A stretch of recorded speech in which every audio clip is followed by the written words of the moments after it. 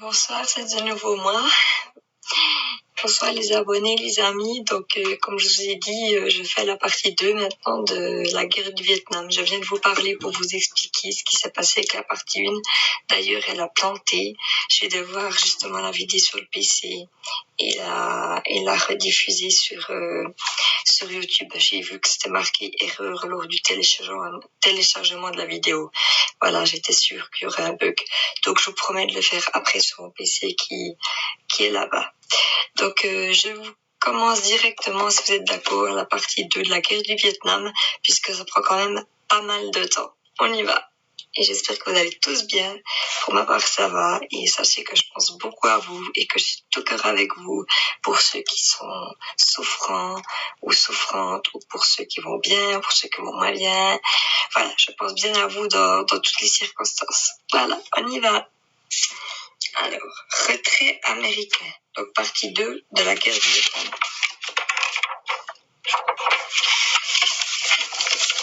J'ai de nouveau ma petite tasse un peu pour boire, excusez-moi. Ah, c'est normal, ça donne aussi soif de beaucoup parler. Médiatisation du conflit.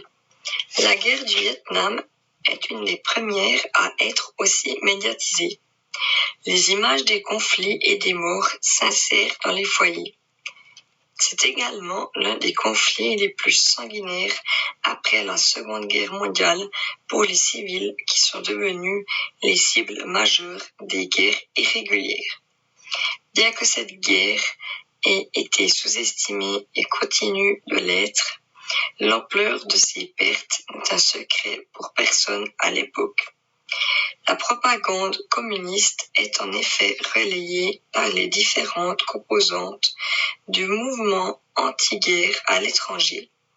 Les journalistes dénoncent les nombreuses pertes civiles ainsi que les destructions récurrentes des bâtiments et des hôpitaux vers la fin de la guerre.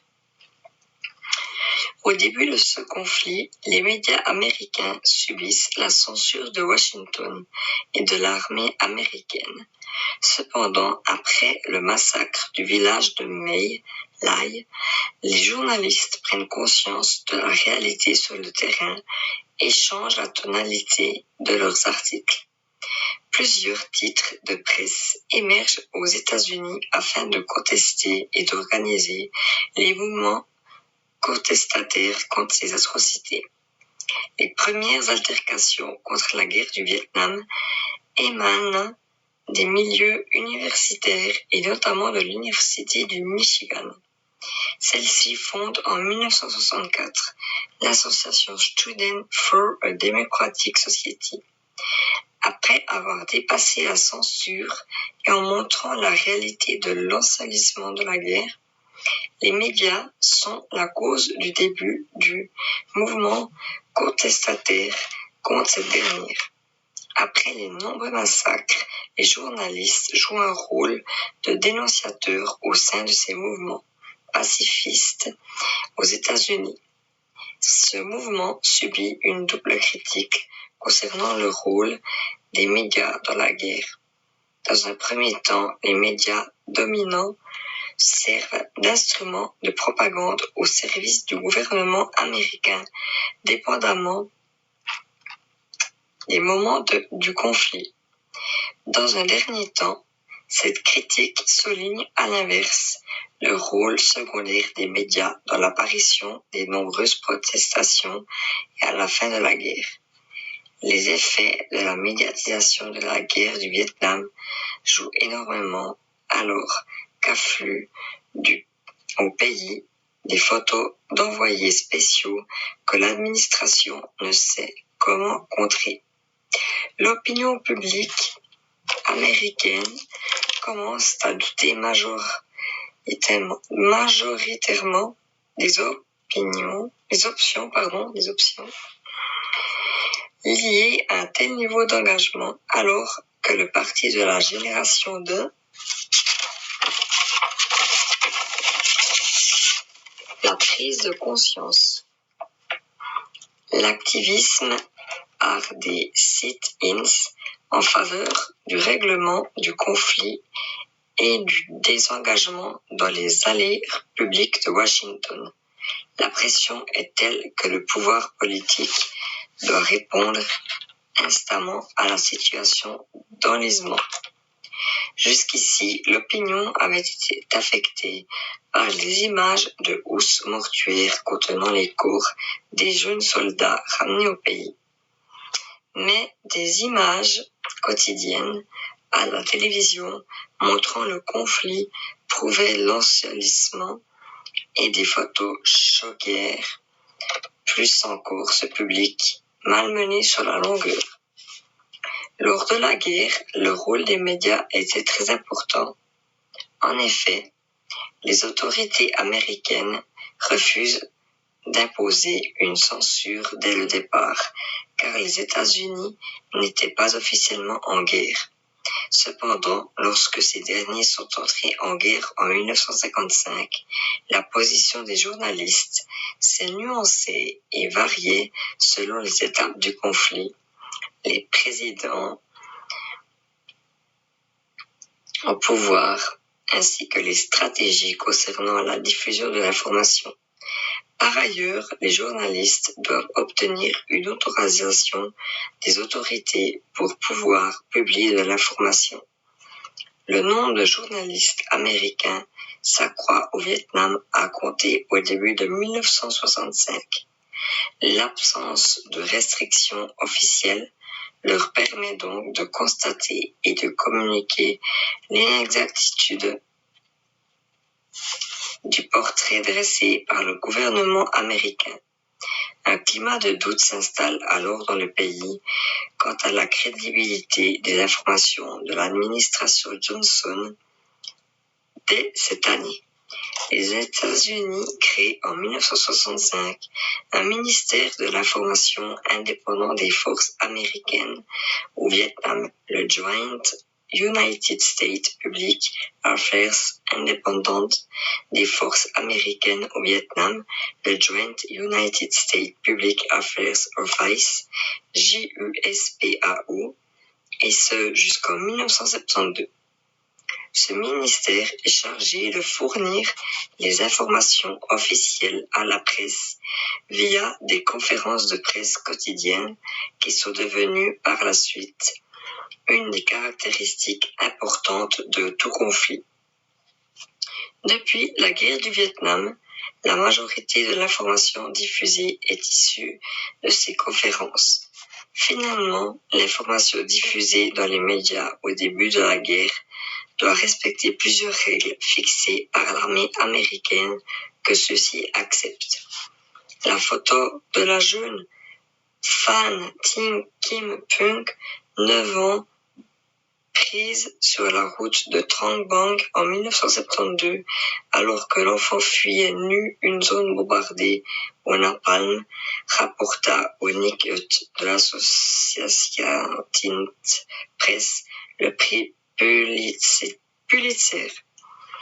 Pour Noam Chomsky et Edward Herman, auteurs de la fabrication du consentement de la propagande médiatique en démocratie, le traitement médiatique du conflit était biaisé dans la mesure où le débat ne remettait jamais en cause le bien-fondé d'une intervention militaire à l'étranger, mais se contentait au mieux d'en dénoncer le coût financier et humain. 1972 est de plus une année terrible pour l'exécutif américain avec le scandale du Watergate et la publication des Pentagon Papers qui éclaboussent la classe politique. En 2008, dans une émission diffusée par sur Arte, est intitulée Vietnam, la trahison des médias. Le réalisateur de l'émission, Patrick Barberis, analyse les mécanismes qui ont amené les journalistes américains à devenir un des axes de manipulation majeurs de la stratégie du Vietnam contre les États-Unis d'Amérique, selon Christian Arbelot, pour qui ces mêmes journalistes n'ont pas su traiter et évalué l'importance des crimes de guerre commis par le Front national de libération du Sud-Vietnam à l'encontre de la population civile vietnamienne. Incroyable, hein?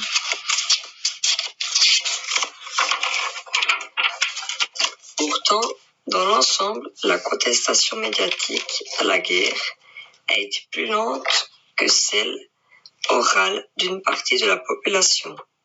Elle a commencé avec l'offensive du Tet en 1968. Lorsque l'année précédente, le 4 avril 1967, Martin Luther King se décida à briser le silence par une contestation radicale de cette guerre. Il avouait implicitement un regard qui lui pesait. Sa position n'en fut pas moins critiquée le lendemain par les grands journaux libéraux du pays, le Washington Post et le New York Times qui soutenaient encore la guerre. Contestation aux États-Unis. La défaite militaire des Américains est une conséquence d'une stratégie militaire erronée ainsi qu'une couverture médiatique dénuée d'objectivité. Celle-ci entraîne la perte du soutien populaire de la population américaine lors de la guerre du Vietnam. Durant ces années de guerre, plusieurs manifestations se déroulent dans les rues des États-Unis. Les villes universitaires telles que San Francisco, New York et Boston sont particulièrement actives dans les protestations. Au début de la guerre vietnamienne, les manifestations sont surtout des étudiants des classes moyennes. Cependant, avec le temps, le mouvement d'opposition mobilise les gens de tout âge et de toutes les catégories sociales. La première manifestation se déroule à Washington le 17 avril 1965, totalisant 20 000 personnes qui se rassemblèrent devant le monument de Washington. À partir de 1966, le nombre de militants diminua drastiquement, mais la population se renforça l'année suivante. Le 15 avril 1967, de 100 000 à 200 000 personnes défilent à New York contre la guerre. À Central Park, plusieurs centaines de jeunes détruisent leurs propres papiers militaires. D'autres fuient au Canada pour échapper à la guerre. Le 21 octobre 1967, une marche sur le Pentagone réunit plus de 100 000 personnes. En avril 1968, des étudiants occupent le campus de l'Université Columbia et sont évacués par la police le 30, ce qui entraîne une grève de protestation jusqu'à l'été 1968. Du 22 au 30 août 1968, les affrontements à Chicago opposent des étudiants à la police lors de la convention du Parti démocrate. Les étudiants américains s'insurgent contre la guerre du Vietnam. D'autres universités prennent position contre la guerre, comme celle de Berkeley en Californie. Quelques mois après, le nombre de contestataires ne fait que se multiplier et des centaines de vétérans de la guerre du Vietnam revenus au pays se joignent au mouvement anti-guerre. Dans les années 1970, les anciens combattants sont toujours de plus en plus nombreux et il y a des membres de l'organisation Veterans Against the War, en anglais, qui participent à une marche lors de l'opération RAW, Rapid American Withdrawal. La manifestation du 15 novembre 1969 serait le rassemblement le plus important tenu dans la capitale des États-Unis contenant la participation à la guerre vietnamienne. À partir de 1970, Quelques signes laissent paraître que les idées du mouvement pacifiste font leur chemin dans l'opinion publique américaine. Les juges hésitent davantage à condamner les activistes pacifistes. En 1971, à Washington, les juges acquittent certains manifestants pour des actes qui, 2 ans plus tôt, auraient été punissables par emprisonnement. En plus, les groupes pacifistes qui s'attaquent aux bureaux d'incorporation reçoivent des peines plus légères que dans le passé. Finalement, devant le mouvement activiste croissant, le président Richard Nixon a influencé par ce mouvement.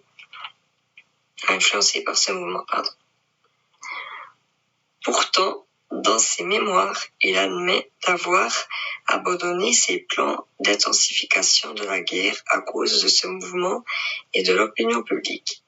Plusieurs personnalités américaines s'engagent contre la guerre du Vietnam. En 1966, le boxeur Mohamed Ali refuse de servir dans l'armée américaine et devient objecteur de conscience. Le 28 avril 1967, il refuse symboliquement l'incorporation dans un centre de recrutement. En mai et juin, il est condamné à une amende de $10 000 et à 5 ans d'emprisonnement. Il perd sa licence de boxe et son titre. Ali fait appel et n'est finalement pas emprisonné. Norman Morrison, 1933-1965. Alice Hertz, 1883-1965. Florence Beaumont et George Wynne, 1947-1970, se sont immolés pour protester contre la guerre du Vietnam. Daniel Berrigan et Philippe Berrigan, activistes contre la guerre du Vietnam, furent recherchés par le FBI pour avoir volé et détruit des registres de mobilisation du bureau de recrutement de Castonville, Maryland. Les activistes Catherine Ann Power et Susan Edith Sachs ont fait un braquage pour avoir de l'argent pour leur mouvement et ont tué un policier de Boston, l'officier Walter A. Schroeder. Le Ritter Underground organisa plusieurs attentats à partir de 1970 contre des installations militaires aux États-Unis, lançant le slogan Bring the War Home, soutenant par ailleurs les Black Panthers. Ils avertissaient toutefois l'imminence des explosions afin d'éviter toute victime humaine. Des intellectuels, des artistes et des musiciens américains prennent position contre l'engagement de leur pays du Vietnam. Ayn Rand, Jerry Rubin, Phil Hawkes, Jane Fonda, John Baez, Norma Baker, Maggie Kuhn, Norman Mailer, Paul Goodman, Wiley D. Campbell, Martin Luther King, Tom Paxton, Black Panther Party Howard Zinn, Noam Chomsky, Bobby Dylan, Daniel Ellsberg, ainsi que le Britannique John Lennon. Jasper Jones peint un drapeau américain en le nommant Flag. Le chorégraphe Daniel Nagrin s'engage contre la guerre dans son solo The Peloponnesian War 1968. Pour les termes en anglais, j'ai pas traduit. À la limite, vous pouvez aller chercher un flag, c'est le drapeau. Par exemple, ici, Peloponnesian War, c'est le chorégraphe de la guerre. Leonard Bernstein compose un oratorio contre la guerre. En 1969, Lee Savage et Milton Glaser réalisent le dessin animé Mickey Mouse in Vietnam. Comprenez que si je traduis en courtier, ça prendrait des heures. Je regarde juste ce qui reste.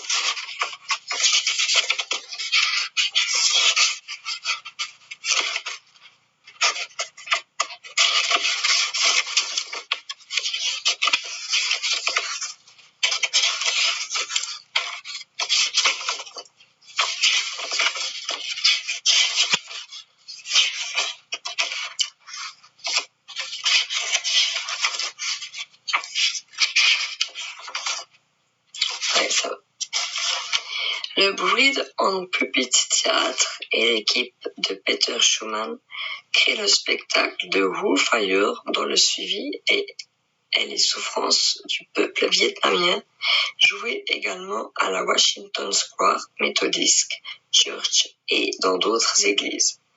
En 1969, à Woodstock, Jimi Hendrix reprend l'hymne américain The Star Spangled Banner à la guitare électrique en y rajoutant des bruits de bombes en utilisant le vibrato et le feedback. Première tentative, l'offensive de Pâques, mars-octobre 1972. La médiocrité des troupes de l'armée de la RVN lors de l'opération Lame Son 719 en 1971. Le retrait progressif des troupes américaines. La puissance du mouvement pacifique aux États-Unis qui interdit tout retour de ses troupes. La RDVN organise une offensive générale contre la RVN en mars 1972. Ce sera la première tentative d'invasion d'importance depuis la bataille de Dai Do en mai 1968. Alors que les dernières unités combattantes américaines quittent le Vietnam le 23 août 1972, cette première offensive durera de mars à octobre 1972.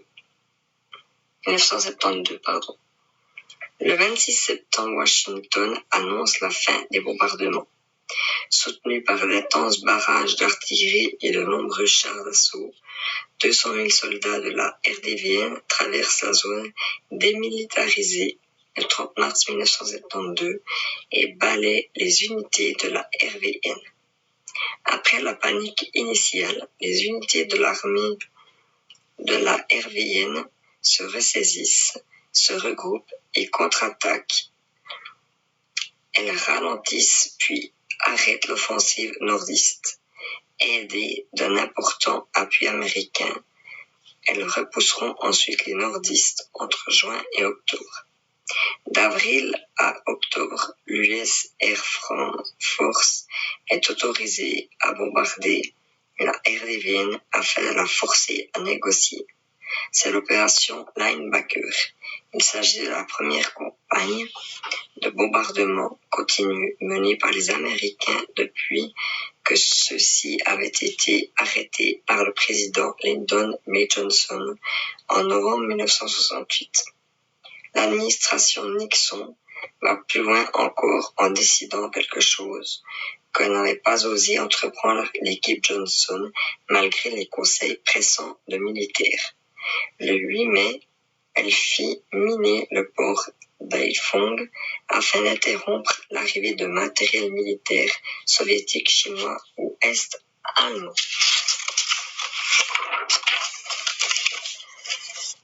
Rompu le 4 mai,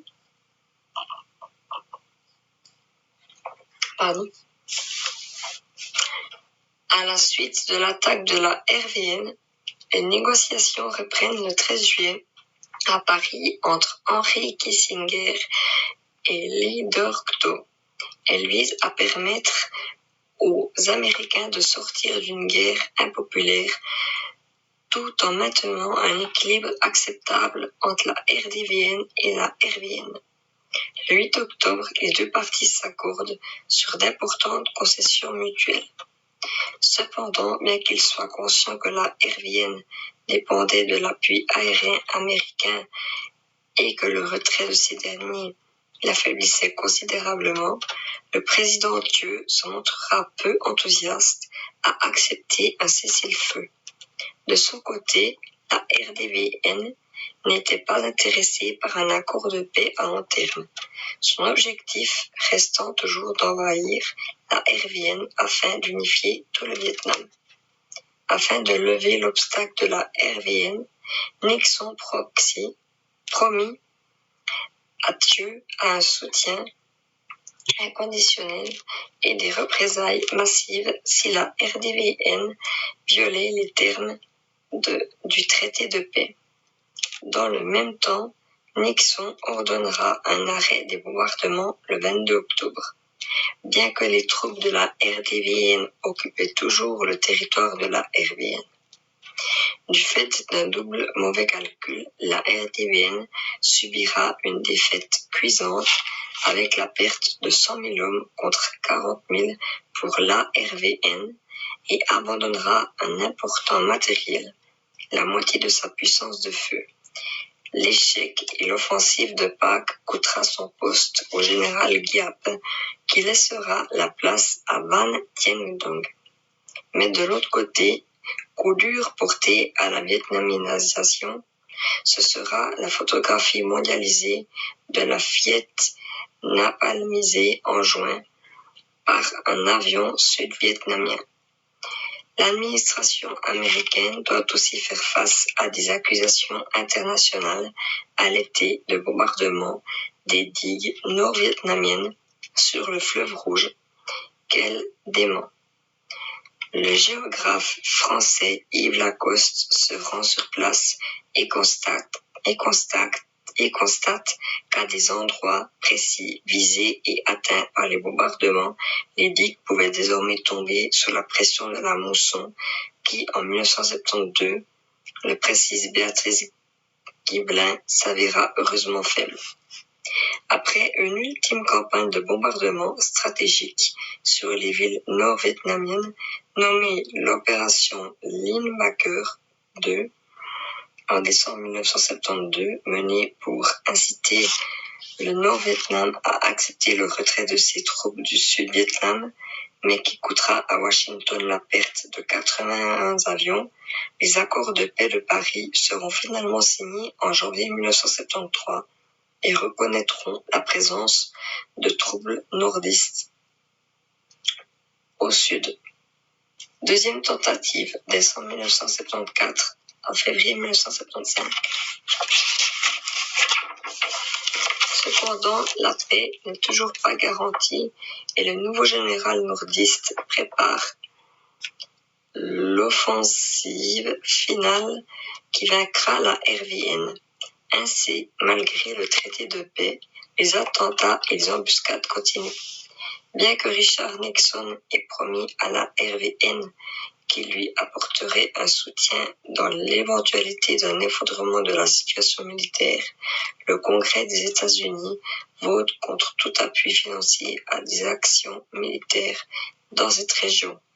Nixon se bat alors aussi pour sa propre carrière politique empêtrée dans le scandale du Watergate. Ainsi, aucun soutien militaire promis pour la défense du gouvernement de la RVN n'est envoyé, bien que l'aide économique continue. Elle est cependant presque totalement aspirée par la corruption du gouvernement de la RVN et seule une petite partie alimentera effectivement l'effort de la guerre. Et le 94e Congrès des États-Unis vote pour que toute aide soit supprimée pour le début de l'année fiscale 1975-1976. De plus, les États-Unis retirent unilatéralement leur dernière force de Vietnam en 1973.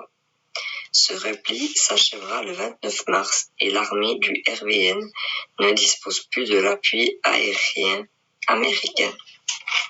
Enfin, en début de 1975, les réserves de munitions minées par l'inflation et la disparition de l'aide américaine atteignent un niveau dramatiquement bas.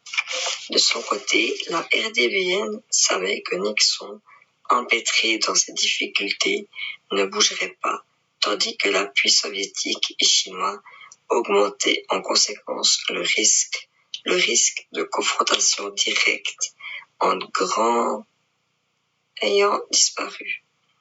Les pertes de la défaite de 1972 étaient ainsi comblées.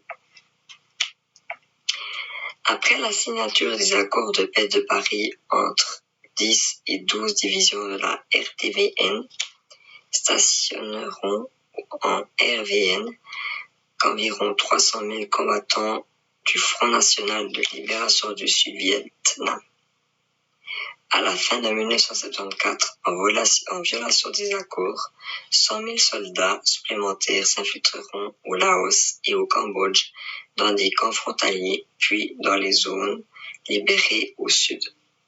En décembre 1974, les troupes de la RDVN font une nouvelle tentative en envahissant la province de Phúc Long depuis le Cambodge.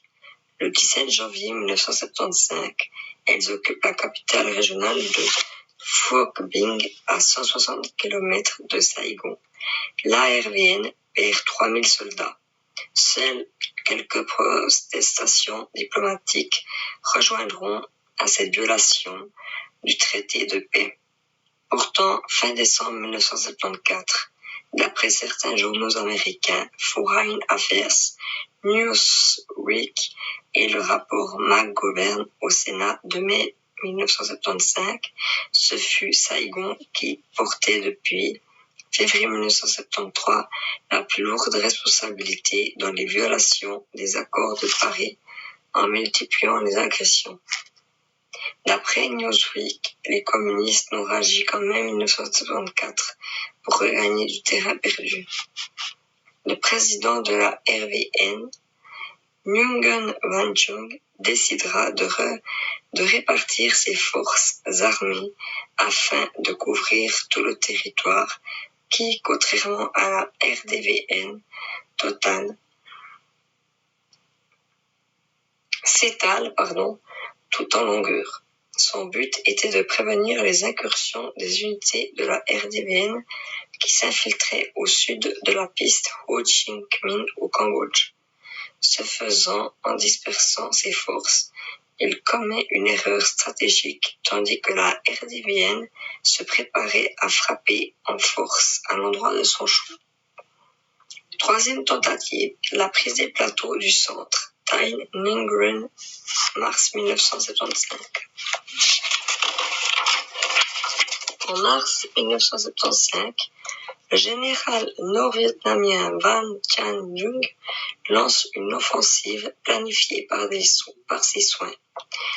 Le Nord lance de multiples petites attaques de diversion sur les provinces du centre afin de dérouter l'état-major sudiste et le forcer à laisser ses troupes dispersées. Mais le gros de ses forces est engagé afin d'envahir la province de Dak Lak au centre, se plaçant ainsi en position de couper la RVN en deux. Au total, ce furent 17 divisions d'infanterie de l'armée populaire vietnamienne organisées en 4 corps d'armée conventionnels appuyés par 700 blindés, des milliers de pièces d'artillerie et des centaines de batteries de missiles solaires qui furent engagées alors que l'armée de la RVN n'avait plus le soutien logistique des États-Unis. Croyant à une simple opération de diversion, les sudistes n'enverront aucun renfort pour stopper l'attaque de Bun Matung, tandis que les accrochages au centre provoquent le blocage des routes par les réfugiés. Rapidement, l'offensive sur les plateaux du centre à la catastrophe pour les troupes sudistes qui sont submergées par le nombre. Paniqué, Thieu ordonne la retraite sur Da Nang à la première division d'infanterie, sa meilleure unité, alors stationnée autour d'Hue. Puis un contre-ordre lui ordonne de revenir sur ses positions, mais il est déjà trop tard. Dispersés sur les routes, gênés par le flot de réfugiés, les meilleures troupes sudistes se font annihiler en rase campagne. Thieu ordonne ensuite un retrait général de la cité de Pleiku qui commande les plateaux centraux et qui était le siège de l'état-major du général Pham Phan Phu. Celui-ci, un homme avec une vision réaliste de la situation, organise la retraite. Il évacue sa famille et ses principaux officiers sur Nha Trang, puis sur Saigon. Il fait partie aussi de quelques généraux qui se sont donné la mort à leur poste de commandement à la chute de Saigon. La politique ne l'intéressait guère, il était un stratège militaire. Hue, l'ancienne cité impériale, tombe le 25 mars, puis Da Nang, la seconde cité du Vietnam, le 2 avril. Après avoir pris les plateaux centraux et coupé les forts sudistes en deux, puis écrasé la partie nord du Vietnam du Sud, les troupes de l'armée populaire vietnamienne se tournèrent ensuite vers le sud, tandis que de nouvelles troupes franchissaient la frontière depuis la RDVN. La route de Saigon est alors ouverte et rien n'arrêtera plus les troupes de l'armée populaire vietnamienne. Chute de Saigon. Début avril, la chute de Saigon est encerclée après une quinzaine de jours de combats acharnés.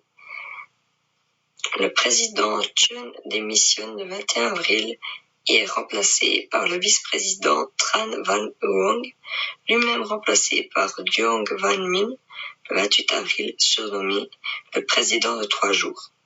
Après que les communistes eurent refusé toute négociation, Duong Van Minh ordonne la reddition des troupes de l'ARVN le 30 avril, qui est acceptée par l'ARDVN, tandis que des hélicoptères américains surchargés évacuent la ville et que les premiers Boat People font leur apparition. À 7h54, le 30 avril, lorsque le dernier hélicoptère décolle du toit de l'ambassade des États-Unis à Saigon, des milliers de candidats à l'exil se présentent encore dans les jardins. Plus de 305 000 réfugiés finiront néanmoins par se retrouver à bord des navires américains qui croisent au large. Cette scène de panique à Saigon, le 30 avril 1975, sur le toit de l'ambassade des États-Unis à Saigon, est bien connue. Le gouvernement révolutionnaire provisoire de la République du Sud-Vietnam, gouvernement du FNL, s'installe à Saigon. L'incident de Mayaguez, au mois de mai 1975, au Cambodge, est considéré comme la dernière bataille de la guerre du Vietnam et a opposé des combattants américains et Khmers rouges. Bilan. Bombardement.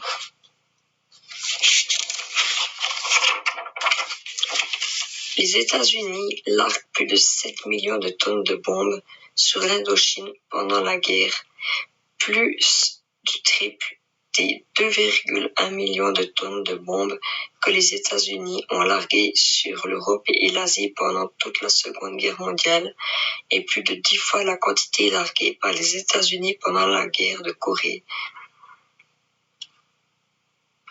500 000 tonnes sont larguées sur le Cambodge, 1 million de tonnes sur le Nord-Vietnam et 4 millions de tonnes sur le Sud-Vietnam. Par habitant, les 2 millions de tonnes larguées sur le Laos en font le pays le plus bombardé de l'histoire. Le New York Times indique que c'est presque 1 tonne pour chaque personne au Laos, en raison de l'impact particulièrement lourd des bombes à fragmentation pendant cette guerre. Le Laos est un ardent défenseur de la Convention sur les armes à sous-munitions qui a pour but d'interdire ces armes, et il a accueilli la première réunion des États membres de la Convention en novembre 2010. L'ancien responsable de l'US Air Force, Earl Tilford, a mentionné des bombardements répétés sur un lac au centre du Cambodge. Les B-52 ont littéralement laissé tomber leurs charges utiles dans le lac. L'armée de l'air a mené de nombreuses missions de ce type pour obtenir un financement supplémentaire lors des négociations budgétaires, de sorte que le tonnage dépensé n'est pas directement corrélé aux dommages qui en résultent. Pertes humaines. Des millions de Vietnamiens sont morts des conséquences de la guerre. Les deux registres officiels sont difficilement consultables quand il existe, et nombreux parmi les tués sont littéralement déchiquetés par les bombardements. Il est ainsi très difficile de s'accorder exactement sur ce qui doit compter comme victimes de guerre du Vietnam. Des gens sont encore aujourd'hui tués par des sous-munitions non explosées, et des mines, particulièrement les bombes à sous-munitions. Les effets sur l'environnement des agents chimiques tels que l'agent orange, un défoliant très utilisé par les Américains, ainsi que les problèmes sociaux colossaux causés par la dévastation du pays après tant de morts ont certainement réduit la durée de vie de beaucoup de survivants. Par ailleurs, la contamination d'une partie de sol entraîne aujourd'hui encore de graves problèmes de santé, malformations à la naissance, hypertrophie, rachitisme, cancer des poumons et de la prostate, maladies de la peau, du cerveau et des systèmes nerveux, respiratoires et circulatoires, cécité, diverses anomalies à la naissance, surtout dans les campagnes. Les estimations de pertes les plus basses basées sur les déclarations à présent reprises du Nord-Vietnam étaient autour de 1,5 million de Vietnamiens tués. Le Vietnam a annoncé le 3 avril 1995 qu'un total d'1 million de combattants et 2 millions de civils, y compris le Sud, avaient été tués durant la guerre. Les pertes du Sud-Vietnam sont estimées à 255 000 militaires et 430 000 civils tués, dont 80 000 en 1964, soit plus que toute autre année de guerre, alors que les forces américaines avaient été évacuées. Le bilan pour les forces armées américaines est estimé à 58 177 soldats tués et 153 303 blessés. Sur les 46 852 soldats australiens qui ont participé à la guerre du Vietnam, 492 ont été tués et 2398 ont été blessés. Officiellement, 16 militaires soviétiques sont morts durant ce conflit au Vietnam et 5 au Laos. Bah dis donc, c'est impressionnant.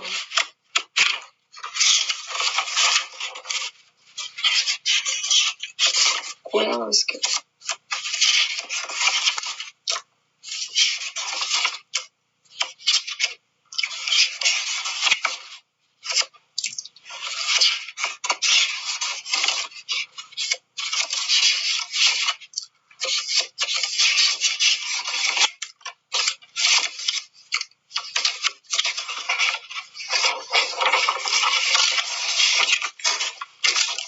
Écoutez, moi je vais faire le Vietnam en 3 parties. Il dure trop long. Je vois qu'il y a encore beaucoup. Et puis j'en suis déjà à 43 minutes.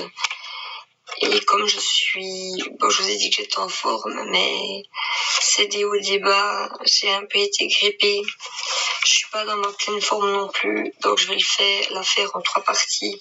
Je lis encore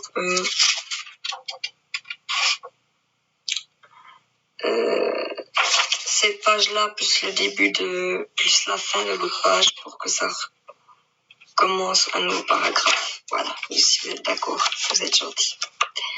Le nombre de morts militaires de 1965 à la fin du conflit se situerait au-dessus de 3 millions. Un total de 8 744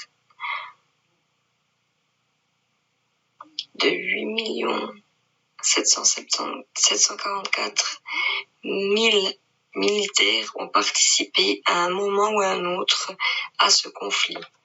Dans les années 1980, des estimations américaines situent le nombre de victimes causées par la répression à l'exode après 1975 au-dessus du demi-million, dont 65 000 à 100 000 exécutions par le régime communiste. 150 000 à 175 000 prisonniers disparus, le reste étant des boat people. En 1980, Ronald Reagan avait axé sa campagne électorale intellectuelle sur la réhabilitation de la guerre la plus noble de l'histoire des États-Unis, qu'était la guerre du Vietnam. En France, il a été souligné que la chute de Saigon ne s'était accompagnée qu'aucun bain de sang, contrairement aux prédictions alarmistes du gouvernement sud-vietnamien, ou encore que si les violations des droits de l'homme étaient incontestables, les prisonniers au camp de rééducation n'étaient pas tous innocents. Il y avait aussi d'anciens tortionnaires du gouvernement de Saigon.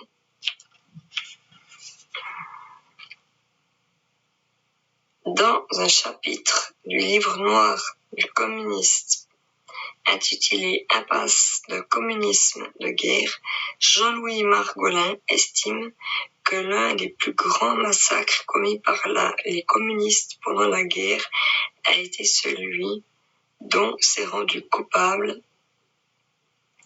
le Front national de libération du Sud-Vietnam en février 1968 pendant la bataille de Hue. Au moins 3000 personnes civiles exterminées, dont certains enterrés vivants, soit bien plus que lors des pires exactions de l'armée américaine, précise-t-il. Ce chiffre comprend des religieux français et des médecins allemands, mais ce massacre a été contesté. Ainsi, en 1974, D. Garrett Porter y a vu une manipulation du gouvernement de Saigon qui n'a pas autorisé les journalistes à se rendre sur place.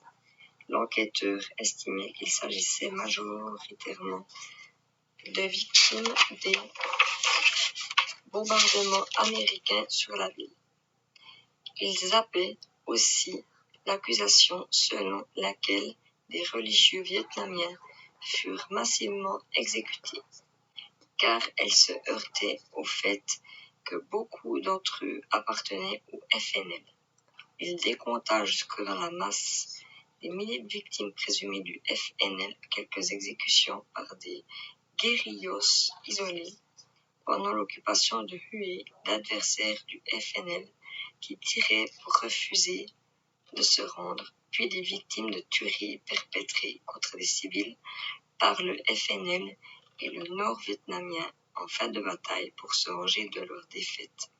De toute façon, Jean-Louis Margolin concède qu'il s'agissait d'une guerre civile autant qu'une guerre de libération avec quantité d'atrocités et d'exactions, y compris contre des civils récalcitrants. Il est cependant très difficile de les dénombrer, de dire qui surpassa l'autre dans l'utilisation de méthodes terroristes. Voilà, donc on va en rester là pour ce soir. La suite, je te montre juste ce que c'est dans un chapitre du livre. Suite chapitre livre noir.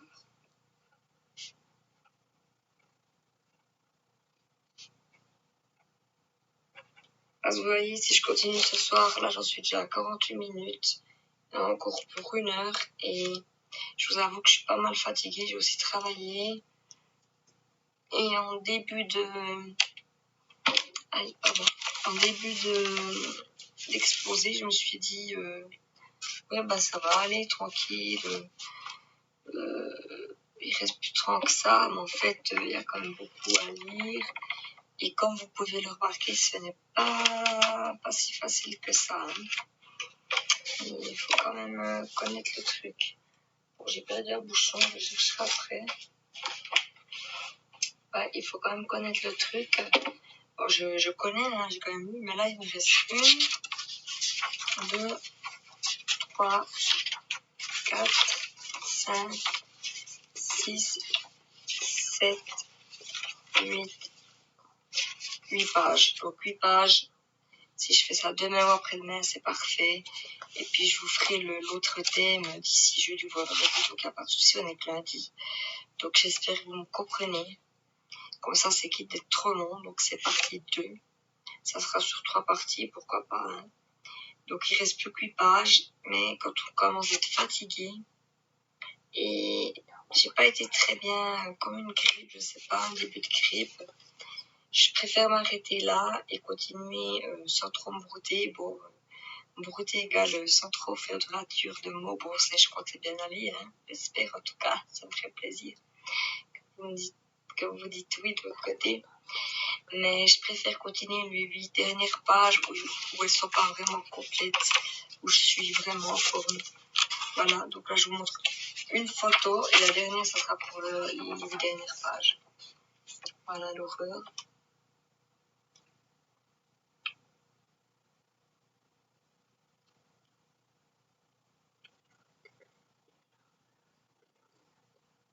Comme vous pouvez le voir.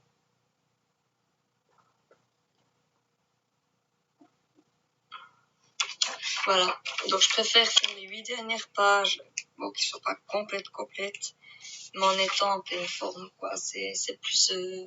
Voilà, j'ai pas l'air d'être pas bien, mais je commence à fatiguer. Il fait en gros 8 pages. Ça va prendre 1 heure, parce que c'est quand même écrit assez petit. Et je préfère vous les faire en étant en parfaite santé. C'est pas que je suis pas bien, mais c'est que je suis fatiguée, en fait. Et que j'ai quand même mal à la tête. Comme un peu une grippe, puis mal dans les membres, vous voyez comment, quoi. Je vous apprends rien, quoi. Voilà. Donc, je vous remercie de votre compréhension. Et puis, j'ai aussi un peu mal à mes névralgies d'Arnold. Donc, je vous remercie vraiment de votre compréhension. Et je vous dis à demain. Mais le temps que ça soit diffusé, j'espère que depuis l'ordinateur, ça ira beaucoup plus vite. Maintenant, je vais en plus devoir diffuser la partie 1. Donc, vous voyez, ça va me faire perdre du temps si je finis les 8 dernières pages. Si je vais pouvoir diffuser la partie 1 et déjà la partie 2 sur l'ordinateur. Donc, il faut que je stoppe là et puis que je continue demain les 8 dernières pages finales. Donc, je vous remercie beaucoup de votre compréhension et sachez que je vous adore. Je vous fais un gros bisou à tous et sachez que le sujet m'intéresse beaucoup, j'en apprends beaucoup. Bon, il y a des mots difficiles, évidemment, je comprends pas tous les mots, mais je comprends bien quand même l'histoire, comment elle s'est passée, c'est quand même trash, hein. C'est quand même trash. Et je pense que vous pensez la même chose que moi. Ouais, c'est triste. Voilà. Alors sur ce, j'espère que vous avez apprécié ma partie 2 et je vous dis à demain pour ma partie 3. Où je finirai mes 8 dernières pages sans rien y voir parce que c'est pas 8 pages complètes. Il y a des espèces de dessins au milieu, mais les dessins, ça sert à rien. Je vous montre qu'ils sont tout floutés à l'imprimante. Donc j'ai fait moi des images que j'ai repris sur Google Photos et là on les voit bien. Voilà. Donc je vous dis à demain. Je vous souhaite une bonne fin de soirée ou une bonne matinée, une bonne après-midi, une bonne soirée ou une bonne nuit. Je vous adore. À bientôt et n'oubliez pas de liker ma vidéo et de vous abonner à ma chaîne. Je vous adore. Gros bisous et merci de votre compréhension, surtout et de votre patience. À bientôt les amis. Gros bisous. Bye bye. Bisous.